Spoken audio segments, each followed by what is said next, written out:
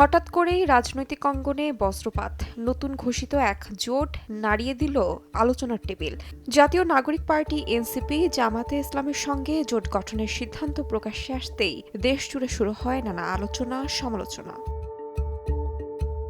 এই টানটান মুহূর্তে রাজনীতির মঞ্চে যেন হঠাৎই আরেক শক্ত কণ্ঠ ভেসে আসে। অভিনেতা ও মুক্তিযোদ্ধা মাসুদ পারভেজ সোহেল রানা সামাজিক যোগাযোগ মাধ্যমে এক পোস্টে বিস্ফোরক প্রতিক্রিয়া জানান। এনসিপির নাম সরাসরি উল্লেখ না করলেও ইঙ্গিত ছিল স্পষ্ট ও ধারালো।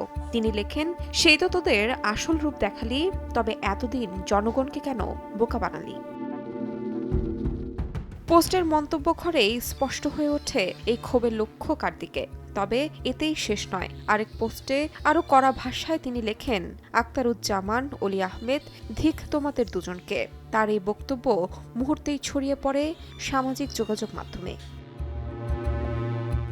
সোহেল রানা শুধু একজন অভিনেতাই নন, তিনি সাবেক ছাত্রনেতা ও মুক্তিযোদ্ধা। স্বাধীনতার পর চলচ্চিত্র জগতে পা রেখে প্রযোজক হিসেবে ঐতিহাসিক চলচ্চিত্র ওরা 11 জন নির্মাণে গুরুত্বপূর্ণ ভূমিকা রেখেছিলেন তিনি। মুক্তিযুদ্ধের চেতনায় গড়া এই মানুষটির ক্ষোভ তাই শুধু ব্যক্তিগত নয়, তার কথায় ধরা পড়ে ইতিহাস, বিশ্বাস আর আদর্শের তীব্র সংঘাত। তাহমিনা তন্নি, সময় সংবাদ।